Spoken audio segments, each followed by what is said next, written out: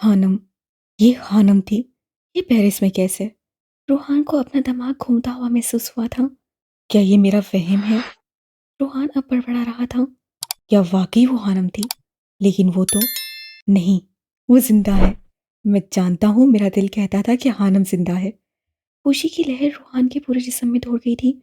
वह बार बार हशाम का नंबर मिला रहा था, जो फोन नहीं उठा रहा था। हशाम, फोन उठाओ। वो अब कमरे में टहल रहा था।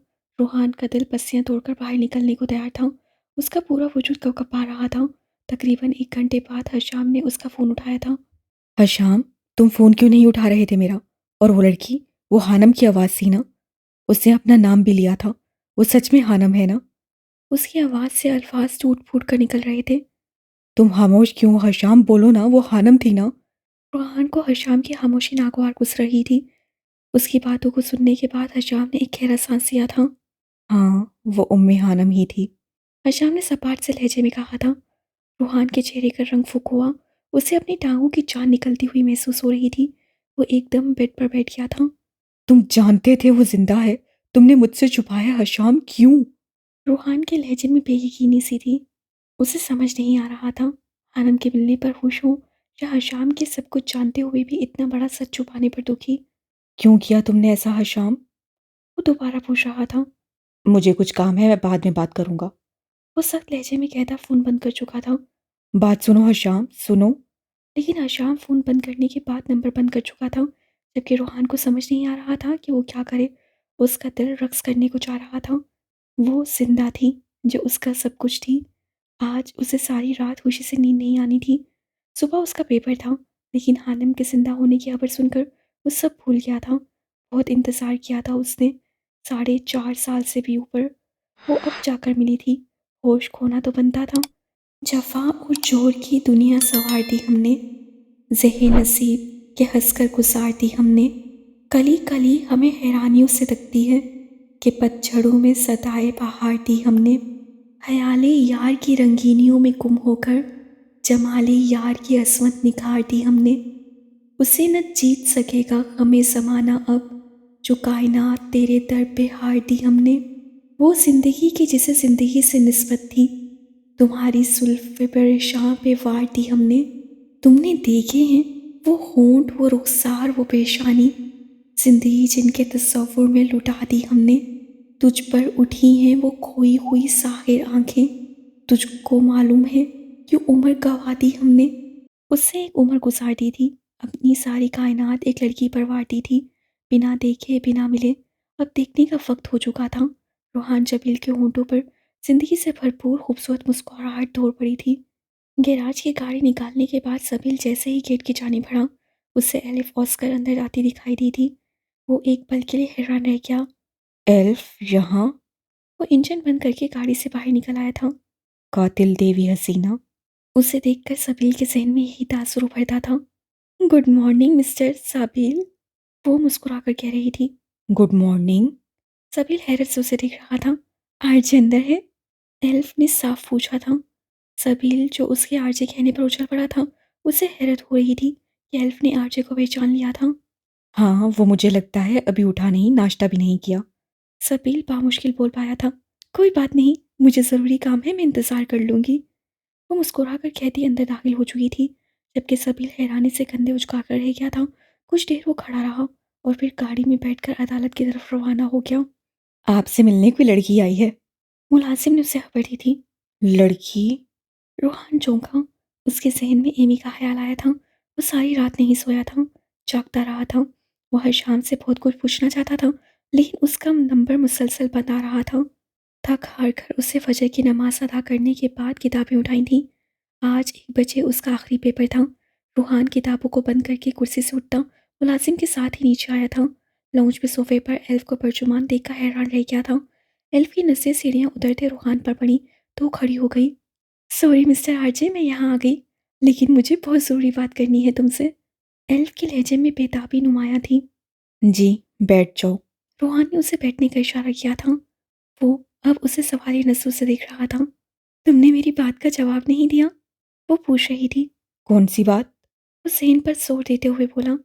एल्फ के चेहरे का रंग फीका पड़ा था। कैसे भूल सकते हो तुम? मैं एक रात भी ठीक से नहीं सोई, मैं ठीक से पढ़ नहीं पा रही। मैं रोज़ाना इस उम्मीद से डिपार्टमेंट जाती हूँ कि शायद आज मुझे मेरी बात का जवाब मिल जाए। और तुम कह रहे हो, कौन-सी बात? वो पढ़ी पड़ी थी। रोहान सटपटा गया था। उसे अंदाज़ा नहीं था कि एल्फ संजीदा थी। वो तो अब तक एल्फ की मोहब्बत के इकरार को भूल भी गया था। मैंने आपको उसी वक़्त जवाब दे दिया था, शायद आप भूल चुकी हैं। एल्फ को वो एकदम ही बहुत अजनबी सा लगा था। मुझे एमी ने बताया था कि शायद वो लड़की तुम्हें छोड़कर जा चुकी है, जिसे तुमने चाहा था, उससे धोखा दिया शायद। लेकिन मेरा यकीन करो, मैं ऐसा कुछ नहीं करूँगी। एल्फ की आवाज़ भर आ गई थी। उसकी आंखें नम हुई थीं। मोहब्बत जैसे मुज़ोर जज्बे ने उस नाजुक लड़की को तोड़कर रख दिया था। ऐसी कोई बात नहीं है, मैं पहले बता चुका हूँ। मुझे जिसका होना था हो चुका हूँ। अब सवाल पैदा ही नहीं होता। आखिर क्यों? जब वो है ही नहीं तो उसकी याद में रोने या उदास होने का क्या फ़ायदा? क्यों तुम खुद को मेरा नहीं कर देते? सब करने के बावजूद भी एल्फ रोती थी। प्लीज़ एल्फ, आप रोएं मत। मैं जानता हूँ मोहब्बत ना मिलना बहुत तकलीफ़देह होता है।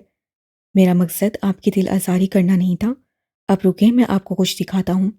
वो कहते हुए सोफ़े से उठा और ऊपर अपने कमरे की जानिब बढ़ गया था, जबकि पीछे एल्फ अपने आंसू ज़ब्त करने की कोशिश कर रही थी। इस एक माह में वो बहुत कमज़ोर हो गई थी। मोहब्बत के जज़्बे ने जहाँ उसे एक दूसरी दुनिया की सैर करवाई थी, वहीं रूहान के इनकार पर मोहब्बत जैसे उसे जहन्नुम में फेंक आई थी। वो रोज़ चल रही थी। चंद मिनट बाद रूहान उसे वापस आता दिखाई दिया था। उसके हाथ में कुछ था, एक कागज़, जिसे उसने एल्फ की तरफ बढ़ाया था। ये देखें। एल्फ ने कँपकँपाते हाथों से उस कागज़ को थामा था और फिर चंद पलों तक नज़रें उस कागज़ पर जमाए रखने के बाद एल्फ एक झटके से वो कागज़ का टुकड़ा उसके खूबसूरत नाजुक हाथ से छूटकर नीचे गिरा था। ये नहीं हो सकता, तुम मैरिड हो?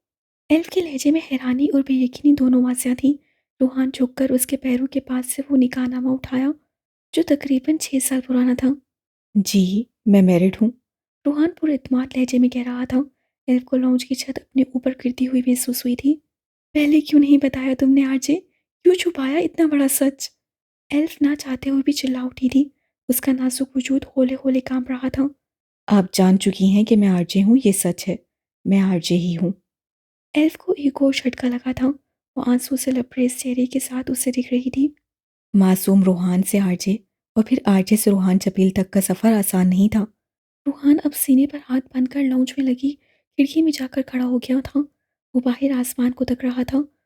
उसकी वस्तुओं और खलाओं में जाने वो क्या तलाश करता था? क्या हुआ था? ऐसा कि तुम इतना बदल गए? एल्फ आंसू साफ करते हुए पूछ रही थी। दुनिया मेरे मिजाज से अलग थी बहुत। अपना एक अलग जहां बसाना पड़ा मुझे। रूहान ने एक गहरा सांस लेने के बाद बोलना शुरू किया था। बहुत तड़पा हूँ उसे एक नज़र देखने के लिए, एक बार मिलने के लिए। खुशकिस्मत होते हैं वो लोग जिनका महबूब उनकी नज़रों के सामने होता है और वो उसे और कुछ नहीं तो देख तो सकते हैं ना। मैं ये पौने 5 साल उसे देखने की खातिर दर-बदर फिरा हूँ। मुझे कहीं उसका निशान नहीं मिला। 2 घंटों से वो एल्फ को अपनी कहानी सुना रहा था। आनम के ज़िक्र पर उसकी आंखों में नमी उभरी थी। एल्फ उसकी कहानी सुनते-सुनते रोती थी। आनम की मौत का सुनकर उसकी सिसकियाँ उभरी थीं। मुझे माफ़ कर दो आरजे, मैं बहुत ऊदगर्स हूँ। मैंने सिर्फ़ अपनी मोहब्बत का सोचा। वो फूट-फूट कर रोती थी। अरे नहीं, आप रोएँ नहीं, बल्कि ये वक़्त तो खुश होने का है।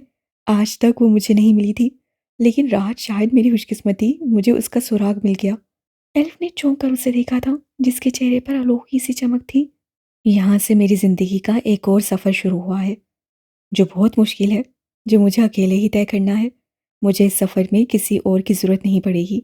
अगर मैंने किसी और का हाथ थामा तो मुझे मंजिल खो जाएगी, कभी नहीं मिलेगी। रूहान ने एल्फ की आंखों में देखते हुए कहा। एल्फ उसका इशारा समझ चुकी थी।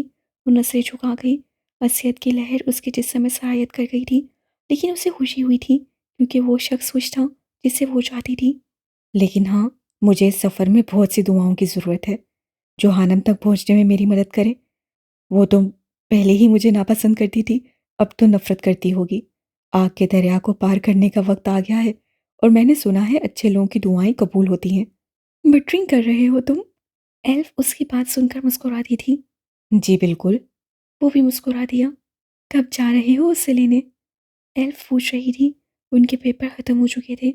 एल्फ के लिए ये सबसे मुश्किल दिन था और अभी उसी तकलीफ़ बढ़नी थी जब वो दोनों को एक साथ देखेगी। बहुत जल्द, लेकिन डर लग रहा है। उसका रद्द-ए-अमल जाने क्या होगा? जो चेहरा एल्फ को अच्छा लगता है, उस चेहरे से नफ़रत है हानम को। वो फीकी मुस्कुराहट लेकर कह रहा था। वो दोनों इस वक़्त राय टेम्स के किनारे पर बैठे थे। कोई ख़ास बात बताओ ना उसकी, तुम्हें वो क्यों पसंद आई? जाने क्यों, लेकिन एल्फ जानना चाहती थी। वो लड़की जो फितरतन खामोश दबी थी, वो जब मेरे सामने आती थी, तो यकीन करो पटर-पटर बोलती थी। ऐसा लगता जैसा गुड़िया को चाबी लगा दी गई हो। लड़कियां मुझ पर मरती थीं, तो वो दूर भागती थी। लोग मेरी तारीफ करते थे, तो वो ऐसी इंसल्ट करती थी कि मैं अक्सर सोचा करता था कि इस गुस्ताख लड़की की ज़ुबान काट देनी चाहिए। फिर ना जाने कब उसका सबसे कम बात करना और मुझसे लड़ना मुझे अच्छा लगने लगा। उसकी शामें बर्बाद करके मुझे ख़ासा सुकून मिलता था। लेकिन जब वो नज़रों से ओझल हुई, तो मेरा सारा सुकून अपने साथ ले गई। बात के आखिर में उसका लहजा फिर भारी हो गया था। एल्फ सुनकर मुस्कुरा दी थी। मैं उससे मिलना चाहूँगी। मेरा इश्तियाक बढ़ गया है। एक और सल्फ़ाइड, यकीन नहीं होता। इंशाअल्लाह बहुत जल्द मिलवाऊँगा। वो पुरइत्मीनान था। तुमने कहा वो इस चेहरे से नफ़रत करती है, तो तुम उसे अभी ये चेहरा ही मत दिखाओ। कुछ देर खामोश रहने के बाद एल्फ ने मशवरा दिया था, जिसे सुनकर रूहान चौंका था और फिर उसकी आंखों की चमक बढ़ गई थी। रूहान पेरिस आ गया था, मून के रूप में। शाम को बिना बताए। ये थोड़ा मुश्किल काम था, लेकिन उसे मून बनना पड़ा था। चेहरे को जले हुए मास्क से छुपाना पड़ा और गूंगे होने का नाटक किया। उसका मशवरा उसे एल्फ ने दिया था। वो फिलवक्त हानम को देखना चाहता था। वो जानना चाहता था कि वो वैसी ही थी या बदल गई थी। और जब हानम एंजिल के रूप में सामने आई, तो वो हैरान रह गया था। उसे एमी जैसी चालाक और एल्फ जैसी बहादुर लड़कियां अच्छी लगती थी। उसका मानना था कि लड़कियों को इतना मजबूत होना चाहिए कि मर्दों के अल्फाज तो क्या, उनके फल भी लड़कियों को नुकसान न पहुंचा सके। लेकिन यहाँ तो मामला ही उलट हो गया था। वो हानम तो कहीं से भी नहीं थी। खामोश और रहमदिल हानम। ये तो एंजिल थी, जो एंजिल कम और डाइन ज़्यादा थी। ये एमी की तरह चालाक और एल्फ से ज़्यादा बहादुर थी।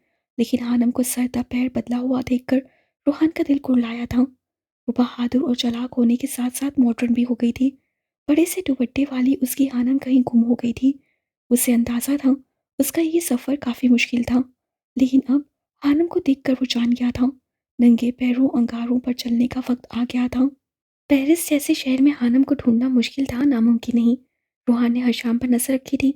वो एक दो बार काम के सिलसिले में माही के घर गया था और वहीं रूहान को एंजिल यानी हानम मिली थी। रूहान को अब समझ आया था कि सयाह जबील यानी उसके बड़े डैड ने उसे क्यों डांटा था। वो लड़की हानम ही थी जिसे नर्वस ब्रेकडाउन हुआ था। उसकी इतनी बुरी हालत का ज़िम्मेदार वो ही था।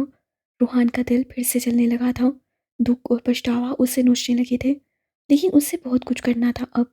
हानम के मिलने के बाद उसने हर शाम को छोड़कर हानम पर नज़र रखनी शुरू कर दी थी। और फिर वो मैडी तक पहुंच गया। मैडी थोड़ा मासूम और बेवकूफ़ लड़का था।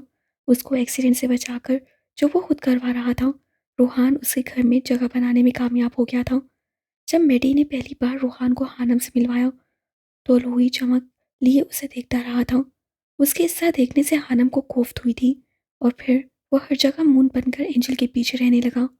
उसको मैडी का एंजल के साथ घूमना पसंद नहीं था और जब मैडी ने एंजल को प्रपोज किया था, तो मून यानी रूहान ने अच्छी खासी धुलाई की थी उसकी।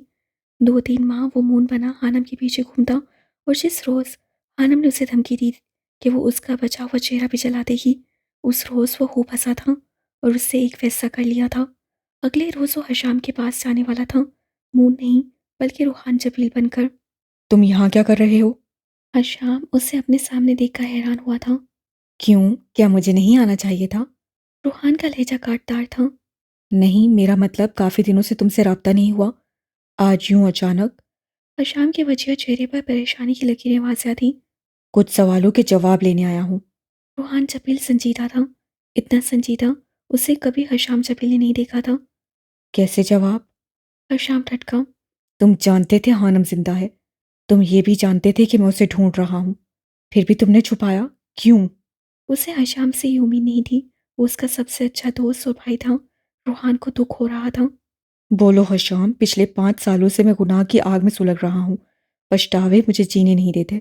उसे देखने की तड़प मुझे सुकून नहीं लेने देती। तुम सब जानते थे। फिर भी तुमने मुझसे छुपाया, क्यों? वो दबी दबी आवाज़ में चीखा था। हशाम उससे 6 साल बड़ा था, लेकिन इस वक्त वो दोनों एक दूसरे के आमने सामने खड़े थे। उन दोनों में कहीं से भी कोई फ़र्क नहीं था। दोनों खूबसूरत थे। दोनों ही एक लड़की को चाहते थे। रूहान की बातें सुनकर हशाम दंग रह गया था। उसे अंदाज़ा नहीं था कि रूहान इस कदर चाहता था हानम को। उसे लगता था कि बस वो उससे मिलकर माफ़ी मांगना चाहता है, लेकिन यहाँ तो वो पूरा का पूरा घायल था। तुम्हारी खामोशी तुम्हें गुनाहगार बना रही है हशाम, कुछ तो बोलो। रूहान सुनना चाहता था, उसने ऐसा क्यों किया था? 6 माह पहले पता चला मुझे कि हानम जिंदा है। उससे पहले मैं भी उसे मरा हुआ ही समझ रहा था, लेकिन सच तो ये है कि हानम मर चुकी है। जो जिंदा है, सांसें ले रही है, वो हानम नहीं, एंजल है। मैं तुम्हारा भाई हूँ, सिर्फ इसी वजह से वो मुझसे नफरत करती है। सोचो तुमसे कितनी नफरत करती होगी। जिस तकलीफ से हशाम ने वो अल्फाज बोले थे, उतनी ही गहरी असलियत रूहान के जिस्म में सुनकर उतर गई थी। मैं सिर्फ ये चाहता था कि वो खुश रहे। तुम तो उसे मुर्दा समझ ही चुके थे। अगर तुम्हें बता देता तो यकीनन तुम पहले की तरह उसकी ज़िंदगी में दखलंदाजी करते। हशाम अब बैठ चुका था। रूहान ने असलियत से आंखें मूंद ली थी। मैं उससे शादी करना चाहता हूँ। कुछ देर की खामोशी के बाद रूहान बोला तो हशाम कुछ ऐसे करंट लगा था। ये तुम क्या कह रहे हो? हशाम साकित हुआ था। वही जो तुमने सुना। मैं उम्मे हानम से शादी करना चाहता हूँ। वो पुरसुकून से अपनी बात दोहरा रहा था। तुम्हें क्या लगता है वो आरजे से शादी करेगी? वो आरजे जिसने उसे अंधेरों की दुनिया में धकेल दिया था। हशाम हैरान था। उसके एक तरफ हानम थी तो दूसरी तरफ रूहान। वो दोनों से मोहब्बत करता था और दोनों को तकलीफ में नहीं दिख सकता था। आरजे से ना सही, रूहान बिन हैदर जबील से तो कर लेगी ना? रूहान पुरअज़म था। रूहान, तुम समझने की कोशिश करो। तुम उसका पीछा छोड़ दो अब। वो बहुत मुश्किलों से नॉर्मल ज़िंदगी की तरफ लौटी है। अगर तुम ज़िंदगी में जाओगे उसकी तो अच्छा नहीं होगा। शाम ने उसे समझाने की कोशिश की। ये मुमकिन नहीं, वो मेरी थी, है और मेरी ही रहेगी। अगर मैंने उसे अंधेरों की दुनिया में धकेला था तो मैं ही उसे वापस भी लेकर आऊँगा। वो तुम्हारे लिए नहीं बनी, अगर बनी होती तो मिल जाती अब तक तुम्हें। शाम की बात सुनकर रूहान के लबों पर खूबसूरत सी मुस्कुराहट खिल गई थी और शाम की बात से लुफ्तंदोज़ हुआ था। किसने कहा है कि वो मेरे लिए नहीं बनी? वो मेरे लिए ही बनी है और सालों पहले मैं उसे अपना चुका हूँ। रूहान की बात ने हशाम को चौंकने पर मजबूर कर दिया था। उसने जेब से वो निकाहनामा निकाल कर हशाम को दिखाया था, जिसे देखकर हशाम सकते में चला गया था। मैं जानता हूँ ये सब एक ड्रामा था, लेकिन इस ड्रामे में हम दोनों जुड़ चुके हैं। शरण ना सही, कानूनी तौर पर यह निकाहनामा गवाह है कि वो मेरी बीवी है। इससे बड़ा क्या सबूत चाहिए तुम्हें हशाम कि वो मेरी नहीं है? रूहान की बात सुनकर हशाम ने एक सरदा भरी थी। वो हार गया था।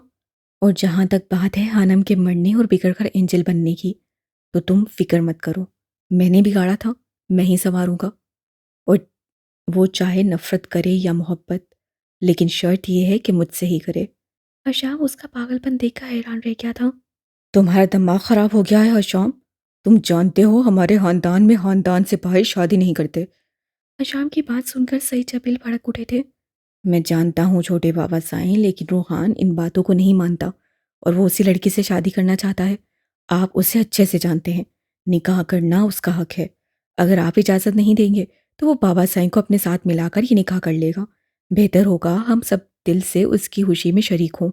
हशाम ने ही रूहान की निकाह की बात कर की थी। ये सज़ा उसे रूहान ने दी थी। लेकिन उसे इतनी अकल नहीं कि बाहर शादी करने से नस्ल। डैड, नस्ल मर्दों से चलती है, औरतों से नहीं। मुझे उम्मीद है आप अपनी मर्जी से उस रिश्ते की इजाज़त देंगे। रूहान ने सईद जबील की बात पूरी होने से पहले हशाम के हाथ से फ़ोन लेकर अपनी बात सुनाकर फ़ोन बंद कर चुका था। तुम बहुत ही। हशाम ने कुछ कहना चाहा। मैं बहुत ही जलील आदमी हूँ, यही कहना चाहते हो ना? रूहान ने जलकर कहा था। ना चाहते हुए भी उसकी बात सुनकर हशाम के होंठों पर मुस्कुराहट बिखर गई थी। हशाम ने ही माही और इला को बुलाया था और उन्हें सारी सूरत हाल से आगाह किया था। अलबत्ता मिकी वाली बात नहीं बताई थी। रूहान ने ये बताया था कि उसे हानम पर इल्ज़ाम लगाया था, कुछ जिसकी वजह से वो उससे नाराज़ होकर पाकिस्तान छोड़कर आ गई थी। एला तो आंखें फाड़े रूहान को देख रही थी। उसे यकीन नहीं आ रहा था वो इतना बदल गया था। हमें दोनों की शादी करवानी होगी। हशाम दिल पर पत्थर रखकर सब कर रहा था। वो इतना तो जान गया था, हानम उसके लिए नहीं बनी। बस इतनी सी बात, आप लोग परेशान ना हो, सब ठीक हो जाएगा। माही पुरजोश से कह रही थी। और फिर हमदान अंकल के फ़ोन आने और माही के बदतमीज़ी करने से निकाह होने तक सब कुछ माही का प्लान था। सवाए आसिया बेगम, जिन्हें बिजनेस से नुकसान का कहा गया था, सबको हकीकत मालूम थी। सब इसीलिए खुश थे। सबसे ज़्यादा खुश जवाद था। जो बच्चा तो नहीं रहा था, लेकिन आरजे के लिए वो अब भी पागल था। उसे एक नए रूप में अपने सामने देखकर वो ऊँची से आँखें नम कर बैठा था। रूहान जबील ने खींचकर उसे अपने सीने से लगाया था। माँ भी उसे निकाह वाले दिन देखकर हैरान रह गई थी। आरजे की मौत के दुख से कहीं ज़्यादा खुशी जवाद को रूहान जबील के मिलने की हुई थी। ये रूहान के हक में अच्छा रहा था कि हानम ने उसे देखने या मिलने में कोई दिलचस्पी ज़ाहिर नहीं की थी और यूँ सादगी से निकाह हुआ था। जवाद उसके साथ ही चिपका बैठा था। निकाह पर सिर्फ हशाम और सैयद सयाज जबील थे। इलेक्शन के दिन थे, सैयद जबील आ नहीं सके थे। बाकी रुखसती पर सब इकट्ठे होने वाले थे।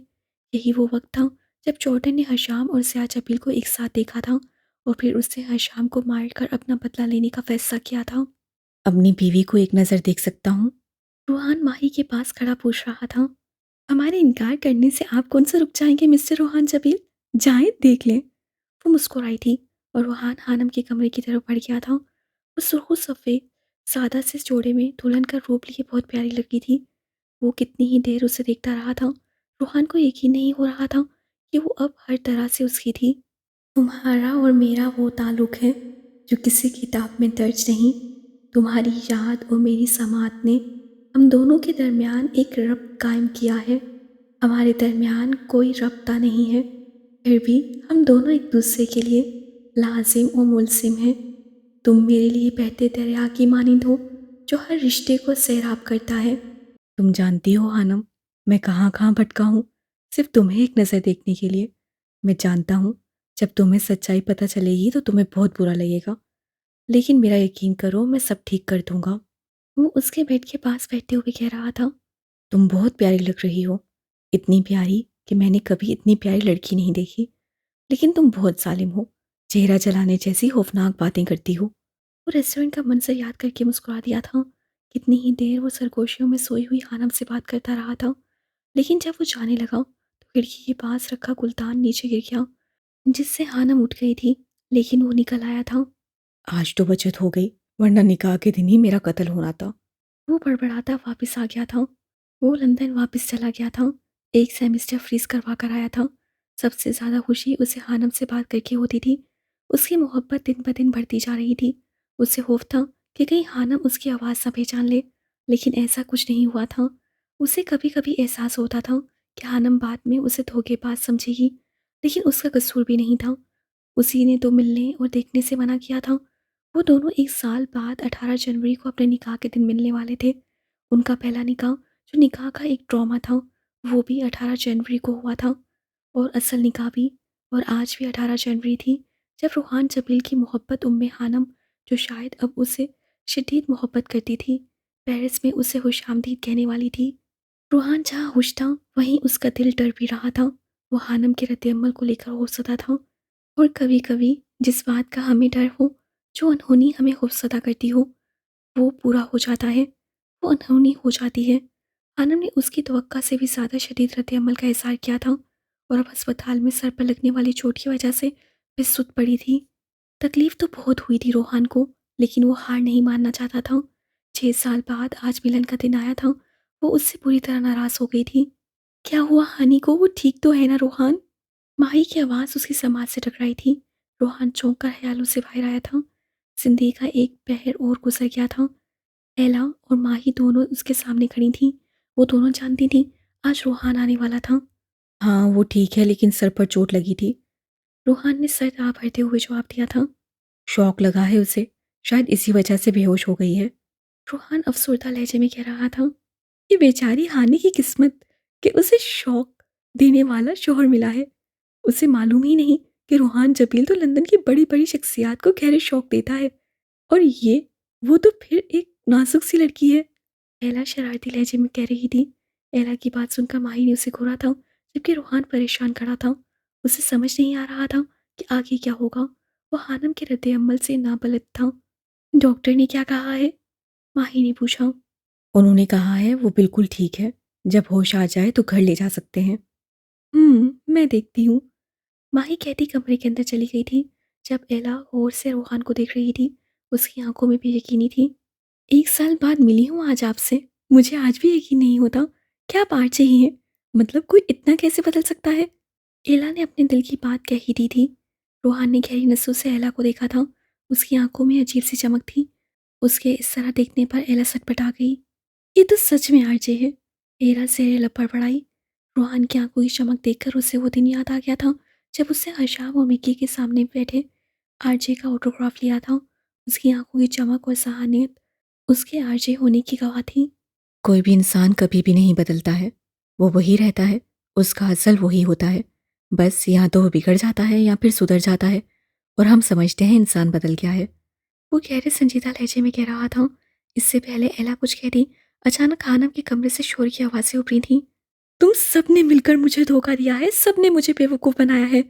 खानम दबी दबी आवाज में चिल्ला रही थी। शिद्दत जज्बात से उसका पूरा वजूद कांप रहा था।